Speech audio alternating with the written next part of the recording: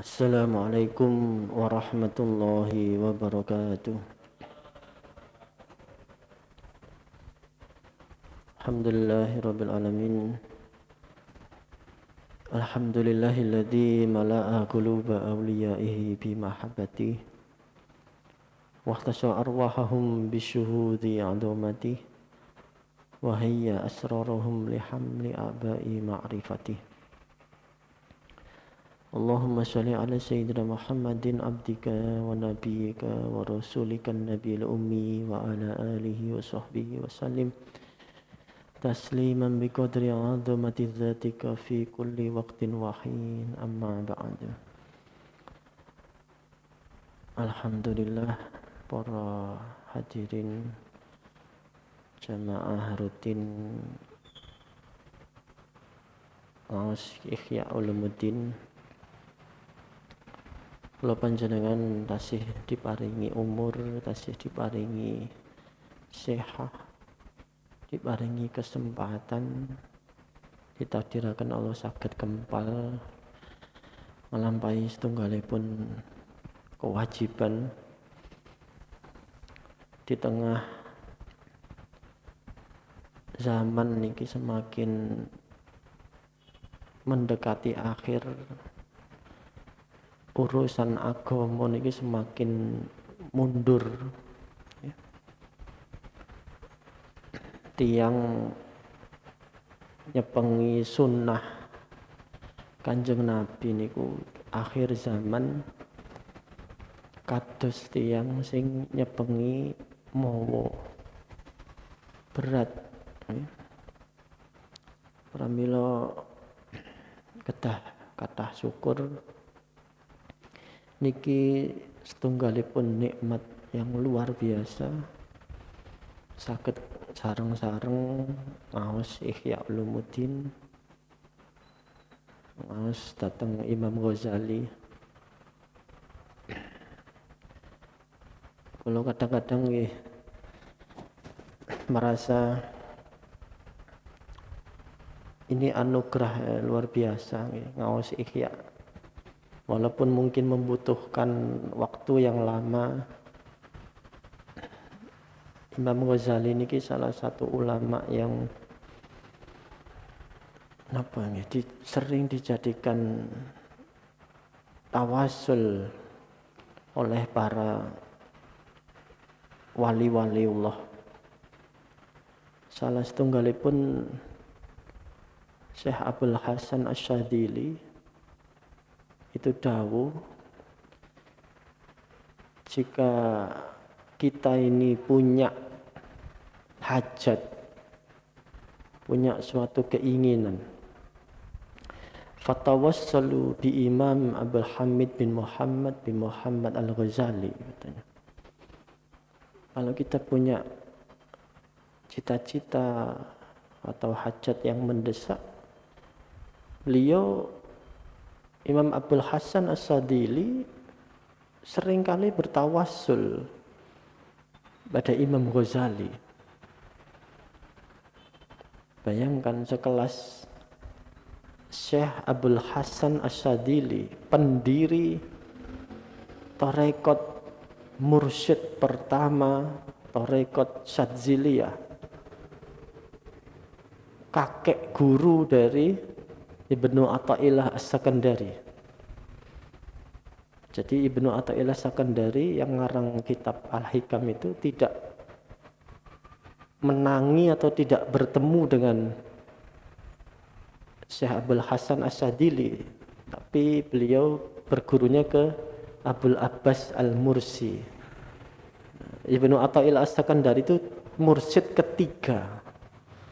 Mursyid kedua Abul Abbas Al-Mursi, baru Abul Abbas Al-Mursi berguru pada Syekh Abdul Hasan As-Sadili.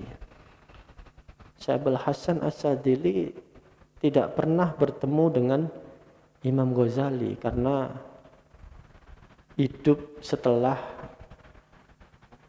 eranya Imam Ghazali dan Syekh Abdul Qadir Al-Jilani. Tapi Imam Abul Hasan As-Sadili sering bertawasul kepada Imam Ghazali ketika ada hajat, kebutuhan.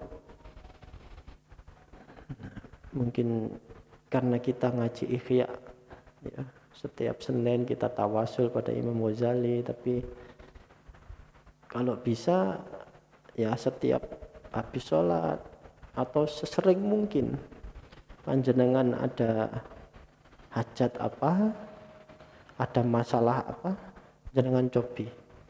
Ya, yang yakin pada Imam Ghazali, insya Allah semuanya segera keluar solusinya. Ya. Makanya ngaji Ihya ini ya kita dapat barokahnya saja sudah luar biasa. Apalagi kalau di antara jamaah ada yang bisa lebih memahami misalnya dibandingkan saya, lebih bisa terbuka sirnya, nurnya dari kitab Ihya ini, di antara panjenengan itu sudah lebih luar biasa lagi ya. Kita ketularan kecipratan barokahnya sedikit saja pasti hidup kita sudah sangat berbeda. Amin Allahumma amin. Oleh jengakan halaman 215 ya. Kemarin masih menerangkan lafaz tauhid yang juga mengalami pergeseran ataupun perubahan makna. Halaman 215 mungkin dari atasnya. Bismillahirrahmanirrahim. Qala al-mu'allif rahimallahu ta'ala wa nafa'na bihi wa bi ulumihi fid dharaini amin ya rabbal alamin. Subhanaka la ilma lana illa ma 'allamtana innaka antal alimul hakim. Rabbi shrah li sadri wa yassir li amri wahlul 'uqdatam min lisani yafqahu qawli. Rabbi yassir wa'in. Bismillahirrahmanirrahim. Wa min samaratihi, paling inggil. Wa min samaratihi, lan setengah saking pira-pira samaratihi buahe tauhid, makom tauhid, aidon kelawan malih iku tarku sikayah, ninggal wadul al khalqi marang makhluk, wa tarkul ghadabi alaihim, lan tarkul ghadabi ninggal muring-muring alaihim ing atase makhluk, warridho lan ridho, wat taslim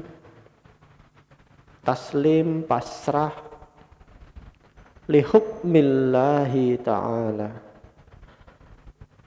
pasrah pada hukumnya Allah subhanahu wa ta'ala.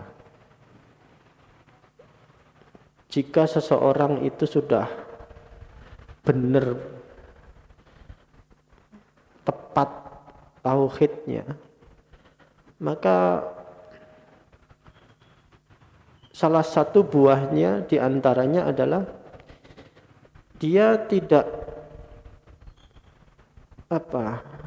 wadul mengeluh ya. Maksudnya wadul di sini tuh mengeluh, sambat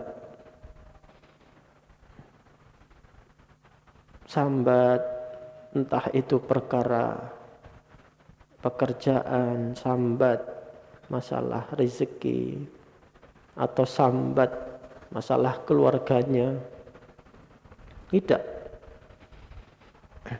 Mungkin kita kenal atau tahu ada beberapa orang yang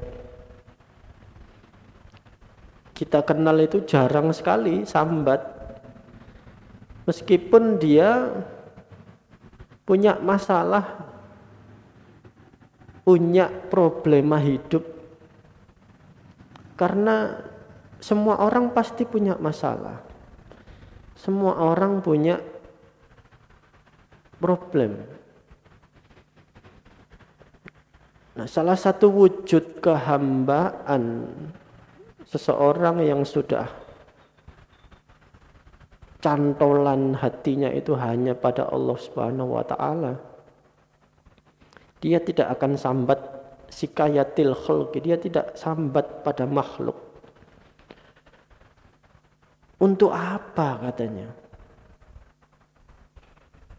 Sambat pada makhluk itu ujung-ujungnya makhluknya malah sambat balik gitu. Kalau kita curhat ke orang, ya orangnya malah curhat balik ke kita. Wong sama-sama punya masalah. Sama-sama tidak bisa menyelesaikan masalah. Maka orang yang kehambaannya sudah mewujud pada perilakunya sehari-hari, dia lebih memilih untuk sambat itu kepada yang maha segala-galanya. Dia curahkan isi hatinya itu pada sujud terakhirnya. Dia curahkan pada doa-doa malam harinya.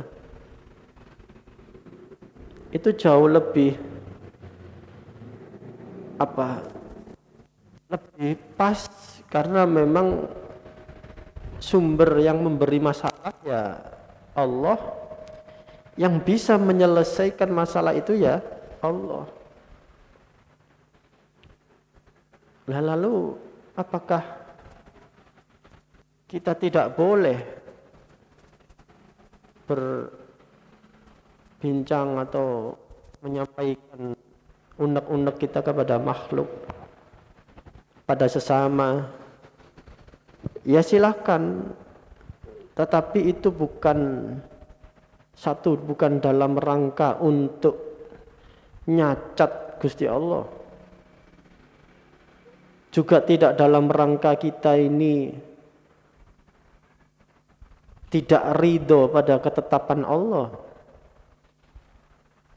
Karena kata Kanjeng Nabi, kalau kita itu katakan mengeluh sakit misalnya, mengaduh, nggih kula mantun dawa niki sukun kula sakit, karena ditanya atau karena kebetulan yang tanya itu tahu kalau kita sakit, enggak apa-apa, karena hati kita ini tidak dalam posisi yang protes atas takdirnya Allah. Kita hanya menjawab bincang-bincang kemakhlukan, tapi posisi hati kita ridho pada takdirnya Allah. Enggak apa-apa. Katakan Kanjeng Nabi, kalau hanya sekedar begitu silahkan. Namanya orang sakit terus dijenguk, dibesuk kan, ya pasti pembicaraannya ya seputar sakitnya itu. Tapi dia tidak berniat untuk sabar, dia tidak niat untuk protes atas apa yang terjadi pada dirinya, sama sekali tidak. Kalaupun dia ada benar-benar sambat yang ingin berangkatnya dari hati, ingin ini, ingin itu, dia sampaikan hanya kepada Allah Subhanahu wa taala. Wa tarkul ghadabi alaihim, dan orang itu jarang sekali marah-marah, geruneng, protes pada makhluk, tidak pernah. Jadi kalau dia marah sama makhluk itu dalam rangka mendidik, tarbiyah. Misalnya dia marah sama keluarganya, anaknya, istrinya, suaminya, bukan dalam rangka marah-marah meluapkan emosi, tapi dia ingin mendidik anak-anaknya, dia ingin mendidik keluarganya. Dan marahnya itu, kata para wali, orang-orang yang seperti itu marahnya ya marahnya lillah, betul. Marahnya karena Allah, bukan karena nafsunya.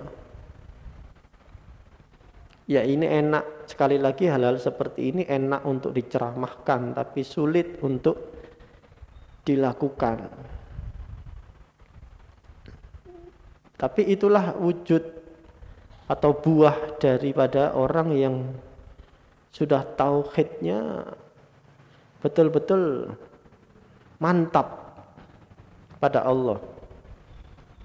Lalu dia ridho pada semua pilihan-pilihan Allah, bukan pada pilihannya. Ya, ridho pada pilihan Allah, bukan pada pilihannya. Wa taslim li hukmillah, pasrah pada hukum-hukumnya Allah. Dia betul-betul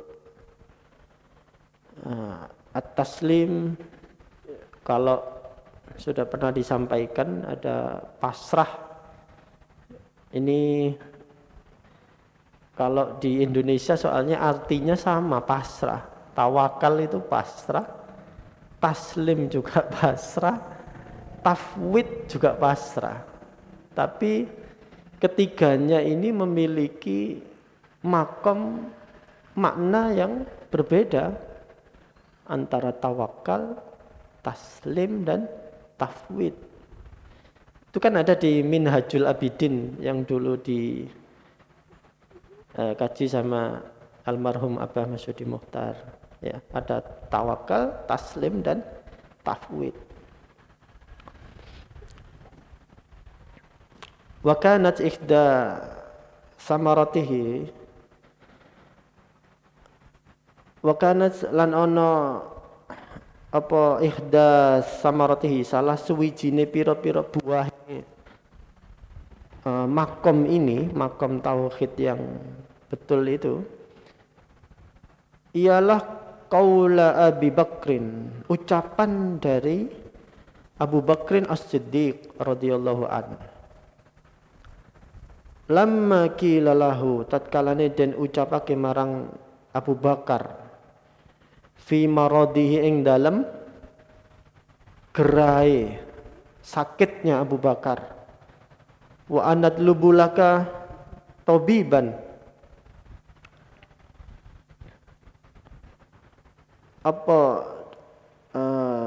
ana ta luruh-luruh ingsun laka krana sira tabiban ing dokter.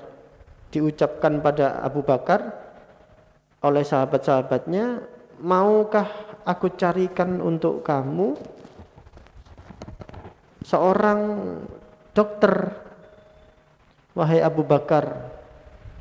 Faqala, mongko dawuh sapa Abu Bakar, at-tabibu amrodoni. Jawabannya Sayyidina Abu Bakar, at-tabibu utawi tabib iku amrodoni, ya sing gawe loro aku iki tabibe. Yang membuat aku sakit ini ya dokternya yang sesungguhnya. Wa qaulu, lan mengucap sapa wong akhir kang weneh, lamma marido, tatkalane lara sapa akhir, faqilalahu, mongko den ucapake marang akhir, madza utawi apa iki, kala iku dawuh, lakat tabibu fi maradika, laka marang sira ing tabib sapa dokter, fi maradika ing dalem lorone sira. Jadi katanya Abu Bakar, ya ndak usahlah cari dokter Dokternya itu yang membuat saya sakit. Ini bukan ungkapan secara syariat ya. Jadi kalau kita belum pada makomnya ini ya jangan coba-coba niru ya. Kita belum sampai pada makom itu. Kadang ini adalah ungkapan atau ekspresi orang yang sudah pada makom wajhillah, sudah fana atau bakok begitu. Jadi interaksi beliau dengan Allah itu begitu dekat. Tentu ini tidak bisa di sembarang orang awam untuk mengamalkan ini. Ya loro temen kalau misalnya sudah diabetesnya tinggi ya harus segera suntik insulin kan, jangan sampai itu bagian dari ikhtiar. Ini ungkapan bahwa menunjukkan makom atau posisi hati batinnya Sayyidina Abu Bakar sudah sedemikian tingginya sampai ungkapannya juga sesuatu yang sifatnya hakikat, itu sudah tidak lagi wilayah syariat. Qala li dawuh tabib marang ingsun, inni setuhune ingsun iku fa'alu lima urid, zat kang gawe marang barang kang ngarepake ingsun. Wasayati ngarepake sapa ingsun ing ma, wasayati lan bakal teko fi kitabit tawakkul ing dalam kitab kang mertelokake tentang tawakal. Nanti kapan-kapan akan dijelaskan oleh Imam Ghazali di bab atau kitab tawakal. Nanti bagaimana posisi mengamalkan tawakal yang betul itu bagaimana? Apakah secara hati ataukah hati dan jasmaninya atau gimana? Itu nanti akan dijelaskan sendiri. Ini hanya kutipan, ya, contoh-contoh. Bismillahirrahmanirrahim. Wa kitabut tauhid lan utawi kitab tauhid. Nanti ada juga kitab tauhid sendiri karena ini masih kitab ilmu di juz pertama ini. Syawahidu dalika apa pira-pira dalil mengkono-mengkono tauhid nanti juga ada di kitab tauhid.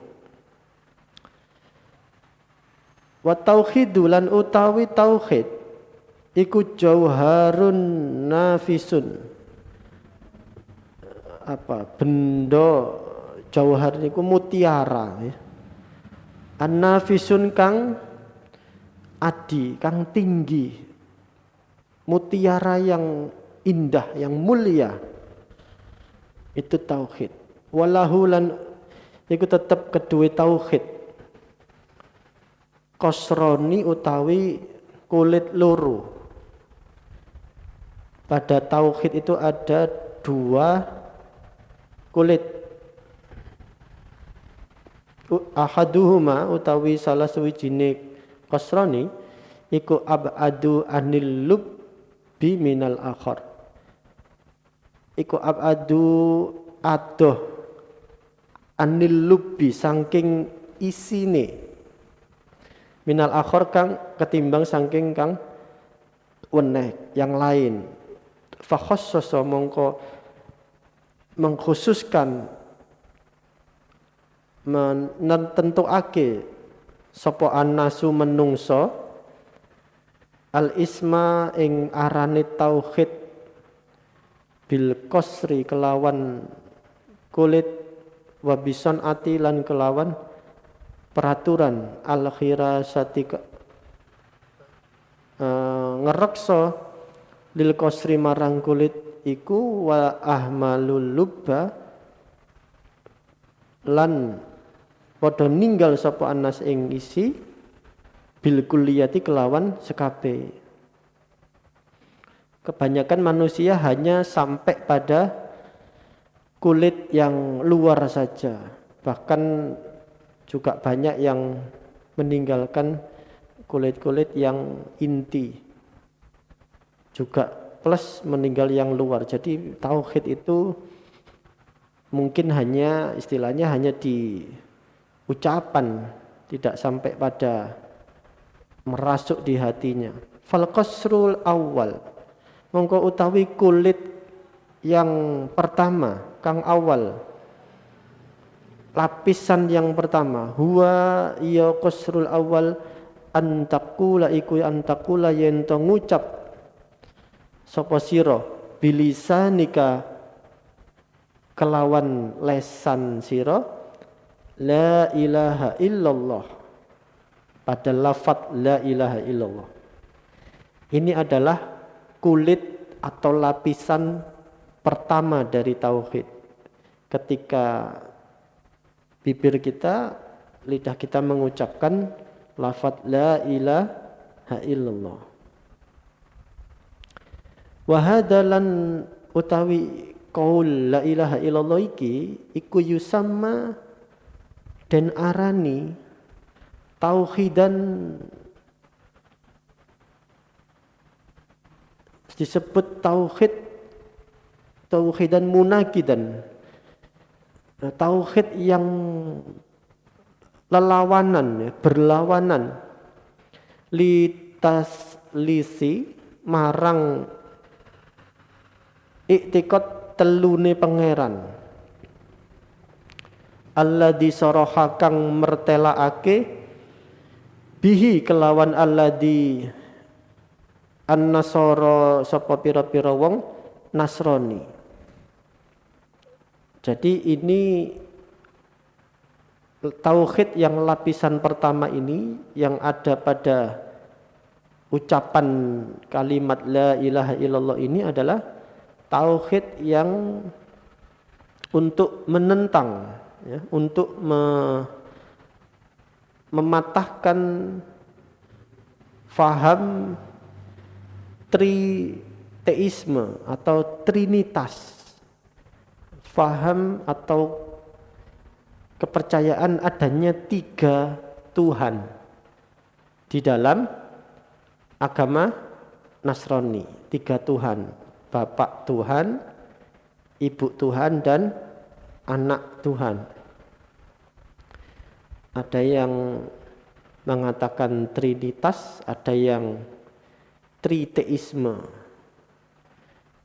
Kalau triteisme itu 3 Tuhan itu masing-masing, ada Bapak Tuhan, ada Ibu Tuhan, Anak Tuhan. Tapi kalau trinitas, mereka sebagian Nasrani tidak mau dikatakan triteisme. Bukan, kita itu trinitas. Kalau trinitas itu tiga ini sebetulnya satu rangkaian, satu wujud. Jadi Tuhan mewujud, menjelma dalam tanda kutip menjadi 3 sosok. Bapak, Ibu, dan Anak. Ada yang begitu di dalam Nasrani. Tapi ada yang triteisme, berdiri sendiri masing-masing itu punya. Memang 3. Nah, tauhidnya kita yang pada level, pada makom ucapan itu untuk menangkis atau ya sebagai antitesis dari faham adanya 3 Tuhan itu. Walakinnahu lan tetapi hadat tauhid iku qad yasduru, terkadang metu minal munafiki saking wong kang padha munafik, alladzi yukhalifu kang mereka itu menyalahi, menyelisihi, nulayani sirrahu ing atine munafik, apa jahruhu ngedeng munafik. Jadi kadang-kadang tapi ucapan yang hanya di bibir saja ini ya diungkapkan banyak orang munafik seolah-olah dia beriman, padahal tidak seperti itu. Hatinya tidak mengimani Allah Subhanahu wa taala. Karena memang ini hanya pada kulit yang istilahnya paling luar, kulit jasmaninya dari orang seolah-olah bertauhid. Wa qasrus sani lan utawi kulit kang kaping pindho. Lapisan yang kedua, alla yakuna iku yento alla yakuna ora ono fil qalbi iku tetep ing dalam ati apa mukhalifatun perbedaan nulayani wa ingkarun lan ngingkari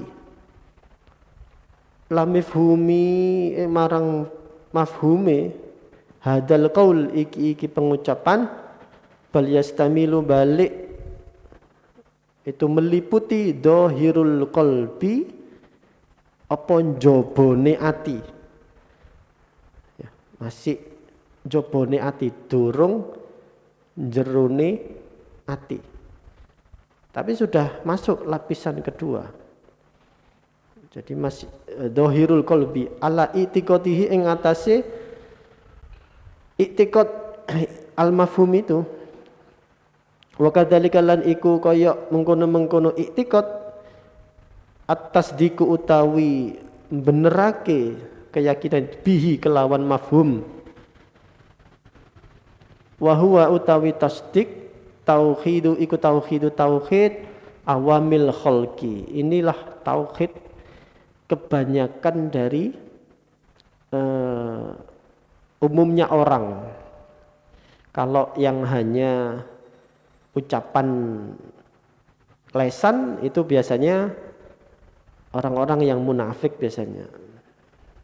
Biasanya dia tidak mungkin pada saat dulu kan banyak orang-orang yang ketika perang sudah mau terbunuh tiba-tiba dia bersyahadat supaya menghindari tidak sampai dibunuh kan begitu.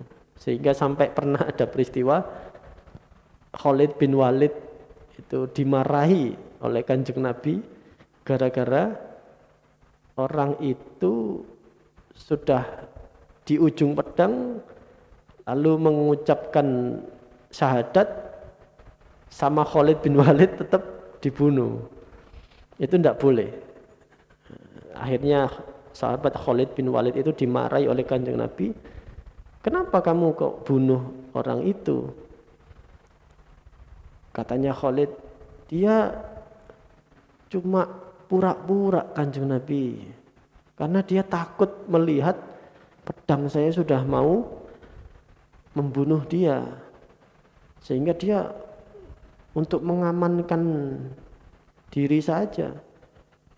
Loh, dari mana kamu tahu dia pura-pura atau benar-benar beriman? Kata Kanjeng Nabi. Kenapa tidak sekalian kamu robek dadanya, kamu keluarkan hatinya? Jadi itu satu peristiwa.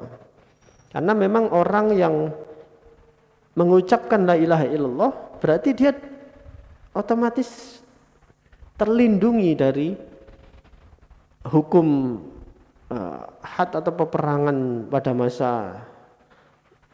masa itu. Makanya banyak orang-orang yang cuma berpura-pura masuk Islam. Sampai ada juga siapa itu yang di Madinah itu pemimpin suku besar di Madinah. Dia adalah salah satu pentolan kabilah, siapa yang namanya lupa.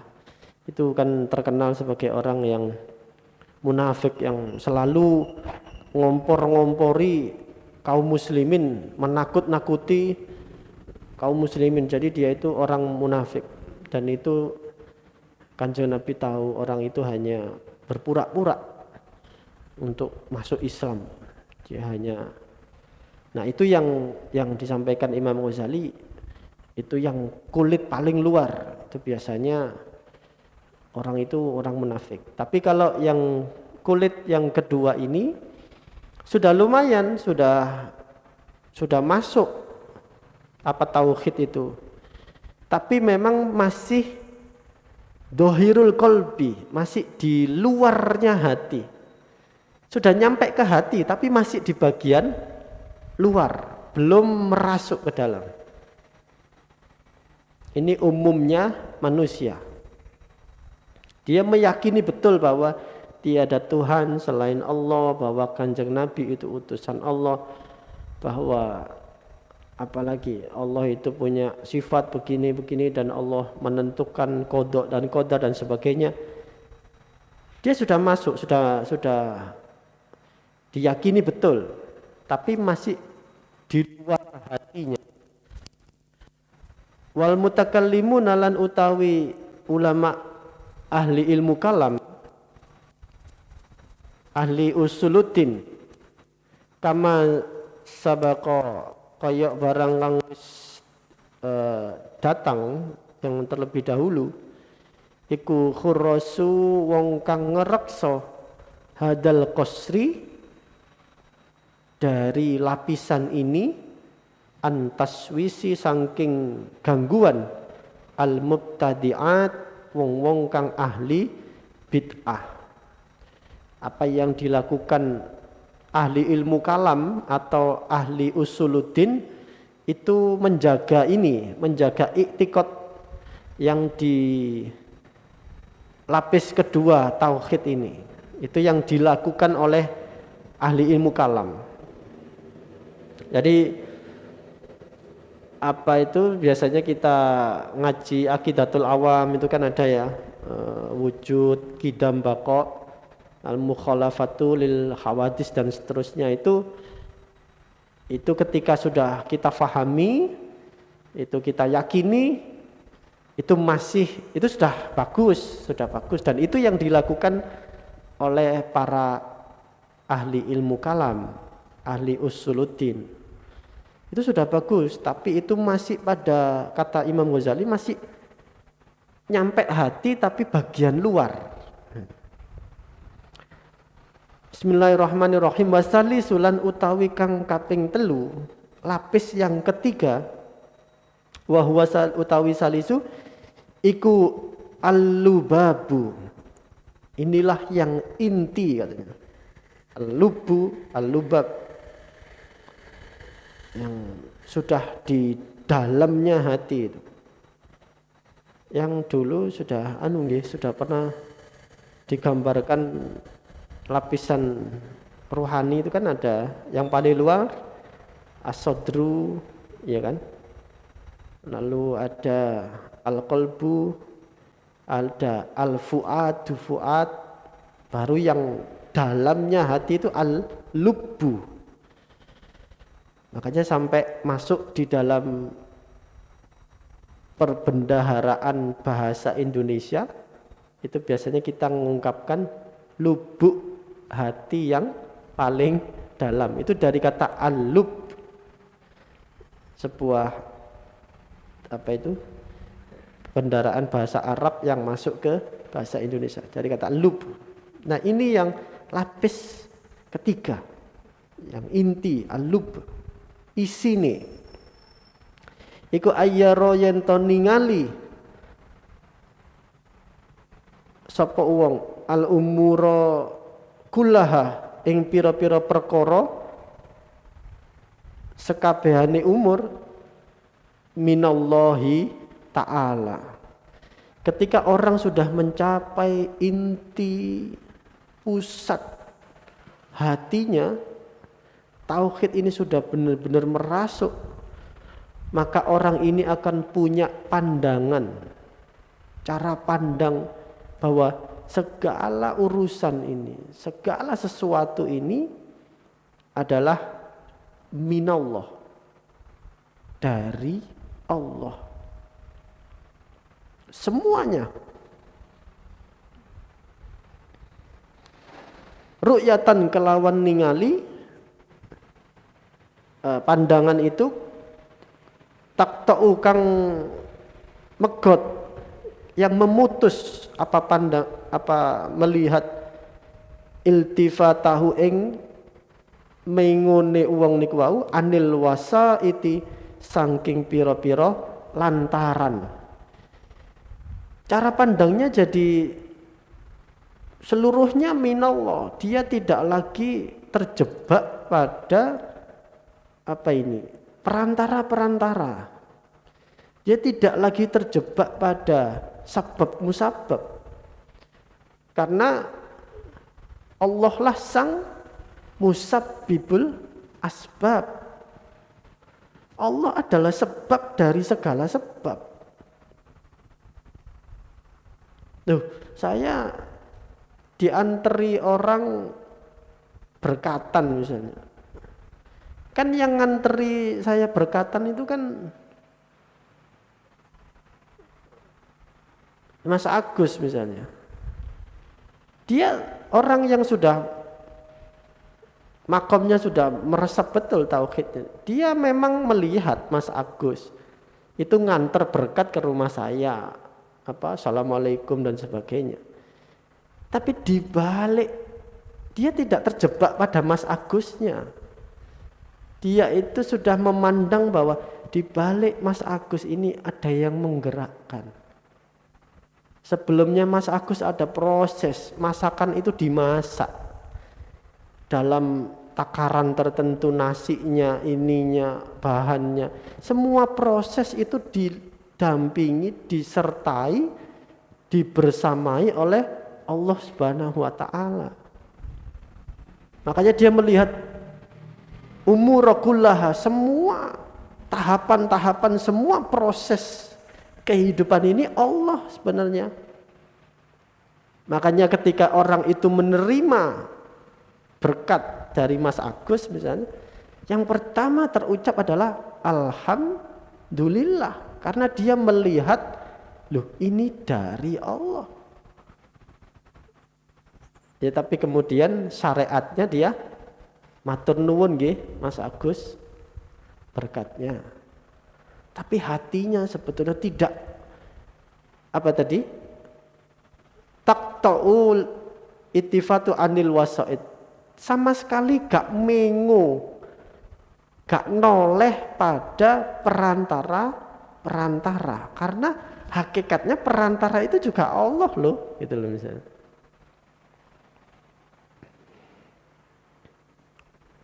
Bismillahirrahmanirrahim.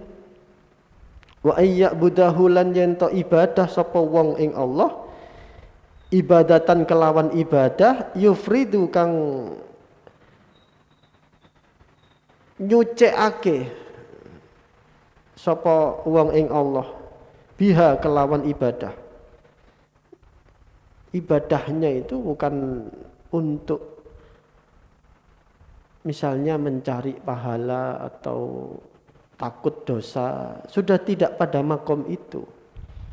Dia ingin mewujudkan kehambaannya dan benar-benar memantapkan kemahasucian Allah, bahwa Allah memang maha agung. Allah itu zat yang layak untuk disembah, jauh dari sifat-sifat yang kemakhlukan yang ketidaksempurnaannya jauh sekali. Fala ya'budu ghairahu lan kelawan ibadah iku mengko ora ya'budu ghairahu nyembah sapa wong ing liyane Allah. Dia tidak lagi menghamba kepada selain Allah. Dia bukanlah hamba dari bosnya, dia bukan lagi hamba dari pimpinannya, dari pejabatnya, bukan. Dia akhirnya betul-betul adalah hambanya Allah. Karena dia hambanya Allah, dia hanya takut sama Allah. Wa yakhrujulan metu an hadat tauhid saking iki tauhid ittiba'ul hawa anut hawa nafsu. Jadi akhirnya ittiba pada hawa nafsu apa itu, selera-selera pada kesenangan diri, selera-selera pada nafsu itu hilang, terusir, keluar dari hatinya. Fakullu muttabi'i maka utawi saben-saben wong kang anut hawahu apa ing hawa nafsune, faqad ittakhadha mongko iku teman-teman gawe sapa mutabi ing hawahu ing hawa nafsune iku ma'budatu, sesuatu yang ma'budahu itu sesembahan. Selera-selera nafsunya keluar, karena kalau orang itu masih mengikuti selera nafsunya, dia justru menyembah hawa nafsunya sebetulnya. Qala Allah Ta'ala, dawuh sapa Allah Subhanahu wa taala, afara'aita man ittakhadha ilahahu hawahu. Afara'aita mongko ana ta ningali sira man ittakhadha ing wong kang gawe sapa man ilahahu ing pangerane man hawahu ing hawa nafsune man. Tidakkah kamu lihat orang yang menjadikan hawa nafsunya sebagai sesembahan mereka, kata Allah. Wa qala sallallahu alaihi wasallam, lan dawuh Kanjeng Nabi sallallahu alaihi wasallam, abghadu ilahi ubida fil ardi indallahi ta'ala. Abghadu ilahi utawi luweh benci-bencine pangeran ubida kang den sembah fil ardi ing dalam bumi, indallahi ing dalam mungguhe Allah Subhanahu wa taala, huwal hawa yaiku nyembah hawa nafsu. Sesuatu hal yang paling dibenci atau kesyirikan yang paling dibenci oleh Allah itu adalah seseorang itu menyembah hawa nafsunya. Ya, syirik itu sebenarnya menyembah hawa nafsunya. Wa ala tahqiqi lan ing atase tahqiq atau ang hakikatan utawi sapa wong man ta'ammala lamun iku gelem angen-angen sapa man arafa mongko weruh sapa man anna apa ing setuhune abidas sonami wong kang nyembah berhala iku laisa ya'budus sonama. Sesungguhnya orang-orang yang menyembah berhala, menyembah patung, menyembah apa itu namanya, berhala pohon, menyembah Bathara Kala, ya. Apa Bathara Kala itu? Bathara Kala itu salah satu sesembahan zaman Kapitayan, ya. Zaman agama masih Kapitayan, masih asli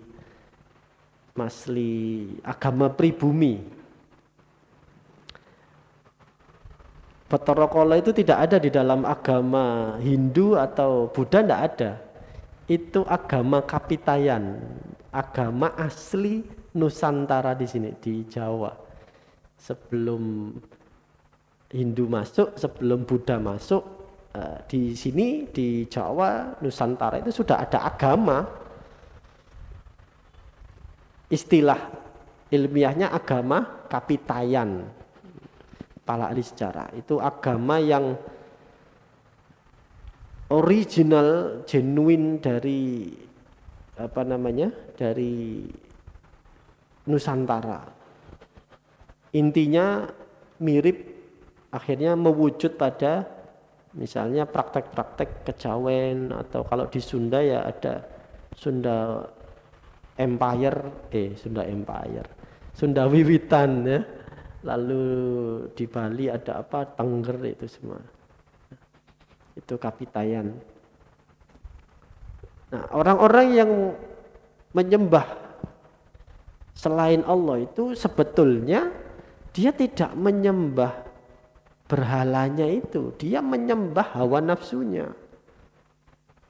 Wa innama ya'budu hawahu lan ya'budu sanama iku nyembah apa abdi ing berhala, wa innama lan pemestine ya'budu nyembah apa abid hawahu ing hawa nafsune. It nafsuhu krana utawi nafsune abid iku ma'ilatun condong ila dini abaihi kepada agama nenek moyangnya, abaihi piro-piro bapake abid. Kecenderungan hawa nafsu itu ngikuti apa-apa yang sudah ada pada nenek moyangnya. Wattabi'u lan manut dalika ing mengkono-mengkono al-mailah condonge ati wa mailu utawi wa mailun nafsi lan condonge nafsu ilal marang pira-pira perkara kang lufati kang kulinaake yang sudah terjadi, yang sudah apa itu mengadat istiadat. Ini kecondongan manusia itu ngikuti apa yang sudah adat istiadat. Wis biasane ngene yo ngene itu. Sehingga dia tidak mau menerima kebenaran, misalnya pada kafir Quraisy kan begitu. Bapak-bapaknya sudah nyembah Al-Lata, Al-Uzza di pinggiran Ka'bah itu banyak patung-patung. Yes, meloi itu aja. Yang paling bikin tokoh-tokoh kafir Quraisy tersinggung itu kan karena Kanjeng Nabi itu dalam tanda kutip itu kan mengolok-olok sesembahan nenek moyangnya kafir Quraisy itu. Jadi sangat tersinggungnya di situ.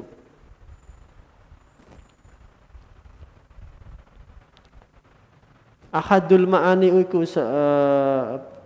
salah satu dari makna allati yu'abbaru kang den takbirake anha apa saking alati bil hawa kelawan hawa wa yakhruju lan metu min hadat tauhid saking iki tauhid at-tasakhutu apa bendu alal khalqi ing atase makhluk wal iltifatu ilaihim lan mengu marang makhluk. Fa inna may yara mongko setuhune wong kang ningali apa man al kulla ing sekabehe perkara iku minallahi azza wa jalla saking Allah azza wa jalla kaifa bagaimana ya taskhatu bendu sapa wong ala ghairihi ing atase liyane Allah. Kalau orang itu benar-benar menyadari betul bahwa segala sesuatu itu dari Allah, dia nggak bisa marah-marah orang itu. Lah pokok muring-muring nanggone makhluk. Wong makhluk iku sing gerakno nang Gusti Allah kok. Sing gerakno ya Gusti Allah. Umpama ana perilaku sing gak nyenengno ya dibalik namanya iya umpama ngapunten kadang-kadang kita itu kan ya diuji oleh keluarga kita, diuji oleh orang-orang terdekat kita. Kita kan kalau kita baca itu kisah para nabi, para wali, ya kan? Yang sering kali menjadi batu uji pertama para nabi, para rasul itu bukan orang lain, justru anak dan istrinya malah kadang. Nabi Nuh, istri dan anaknya itu malah orang yang kafir. Bagaimana kisahnya Kan'an ya, jenengan sudah tahu. Nabi Lut juga begitu, istrinya Asiyah binti Muzahim, seorang wanita yang mulia, bahkan ada yang mengatakan beliau itu mungkin salah satu dari waliullah, justru mendapat suami Fir'aun. Asiyah binti Muzahim. Banyak sekali kita itu kalau baca-baca yang menjadi batu uji pertama kita itu justru adalah dari keluarga dekat kita sendiri. Kadang-kadang istri dan anak, suami, itu yang menjadi batu uji pertama kita. Nah, para nabi, para wali karena hatinya itu sudah, tauhidnya itu sudah mantap. Tidak ada itu kemudian dia sekiranya marah-marah, ya, lalu atau mungkin dia putus asa, kecewa, ya mungkin kalaupun gelo ya gelo, kayak seperti Nabi Nuh itu kan ketika melihat anaknya tenggelam itu menyaksikan sendiri di atas Safinatun Najahnya itu, lalu beliau berdoa, ya Allah, bukankah Engkau sudah berjanji bahwa seluruh keluargaku akan selamat? Sambil nangis beliau, sambil akhirnya Allah menjawab, wahai Nuh, ilmuku itu luas, bahwa yang aku maksud keluarga itu bukan keluarga biologis, sedarah kandung, bukan itu. Keluarga bagiku, bagi Allah itu adalah yang seiman, yang sama keyakinannya, Islam, sama-sama Islam, itulah keluarga. Walaupun dia adalah anak kandung, anak darah dagingmu, tapi kalau dia tidak beriman, bagi Allah itu sudah putus. Ya, dalam tanda kutip kekerabatan itu sudah putus. Karena di akhirat kalian gak akan bersatu. Jadi janji Allah yang dulunya seluruh keluargamu akan selamat, itu maksudnya ya pengikutnya Nabi Nuh. Itu karena luasnya ilmu Allah sehingga definisi keluarga itu juga menjadi meluas. Jadi seringkali para wali, para nabi, rasul itu diuji oleh keluarganya sendiri. Tapi tidak satupun dari beliau-beliau itu yang kemudian minder atau malu. Ngapunten, Gusmi itu juga kisahnya kan terkenal ketika putra beliau juga waktu itu masih agak nakal lah begitu. Beliau di beberapa forum pengajian itu kalau nangis itu berdoa, ya Allah, anak saya itu memang darah daging saya ya Allah, tetapi hati dan pikirannya itu ada di genggamanmu, kata Gusmi. Mau jenengan gerakkan bagaimana, ya itu keresokan jenengan. Kita sebagai orang tua ini hanya menjalankan kewajiban kita, mendidik sebaik-baiknya. Kadangkala justru anak-anak atau istri suami itu menjadi batu sandungan atau batu uji pertama kita sebagai hamba Allah, itu memang diuji. Falaqad kana tauhid, mongko iki teman-teman tauhid ini adalah iku ibarah an hadal maqam, nembungake saking iki maqam, wa huwa maqamus siddiqin, dan itulah maqam orang-orang siddiqin, para wali Allah. Jadi kenapa misalnya di dalam tentang tauhid ini kita sering baca kuliah ayyuhal kafirun.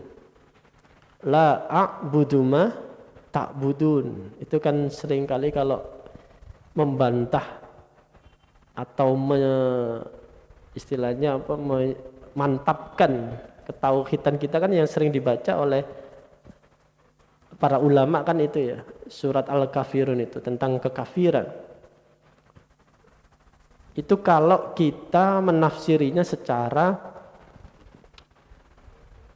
umumnya atau mungkin memandang orang lain sebagai pihak-pihak yang kafir.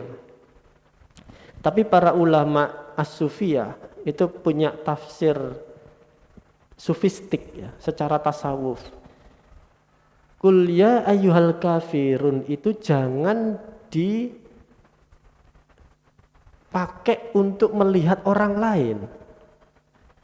Jadi kata al-kafirun, ya ayyuhal kafirun, itu jangan dimaknani he wong-wong kafir. Tapi coba itu dimaknani ya ayyuhal kafirun, hei elemen-elemen kekafiran, wahai unsur-unsur kekafiran. Apa saja unsur kekafiran itu? Ini tadi hawa nafsu yang pertama. Kalau hawa nafsu, apakah kita akan melihat orang lain? Enggak. Hawa nafsu justru ada di dalam diri kita semua. Maka ketika kita mengucapkan ya ayyuhal kafirun, itu kita meneriaki nafsu kita sendiri. Hei hawa nafsu, ya ayyuhal kafirun, wahai elemen-elemen kekafiran, unsur-unsur kekafiran. Nafsu, ego, kepentingan-kepentingan diri, itu ada di dalam diri kita loh. Ya ayyuhal kafirun, la a'budu ma ta'budun. Aku tidak akan menyembah apa yang kamu sembah. Wahai nafsu, aku enggak akan mau nyembah apa yang kamu sembah. Apa itu ya kesenangan-kesenanganmu? Apa itu hobi-hobimu yang suka-sukanya mengarahkan aku pada perkara-perkara yang batil? Aku tidak akan menyembah itu semua.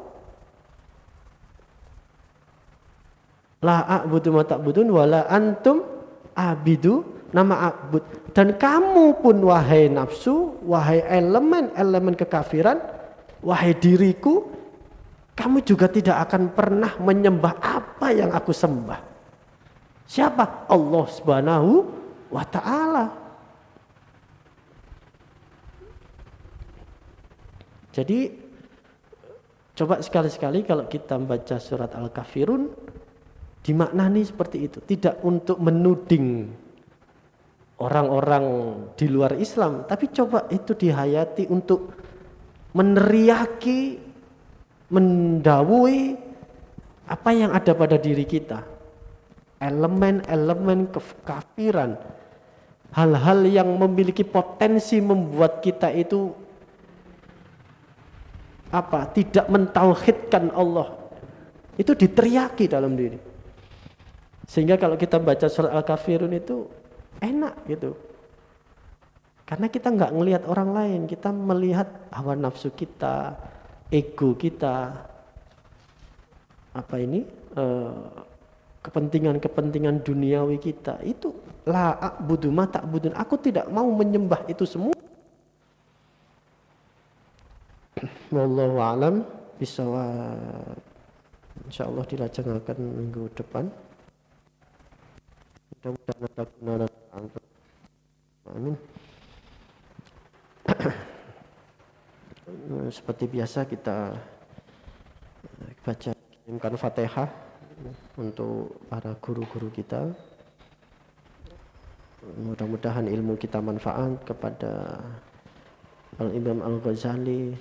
Mudah-mudahan kita dapat barokah dari beliau dan semua mata rantai keilmuan kita sampai kepada Kanjeng Nabi Muhammad sallallahu alaihi wasallam wa ala kulli niyatin shalihah. Al-Fatihah.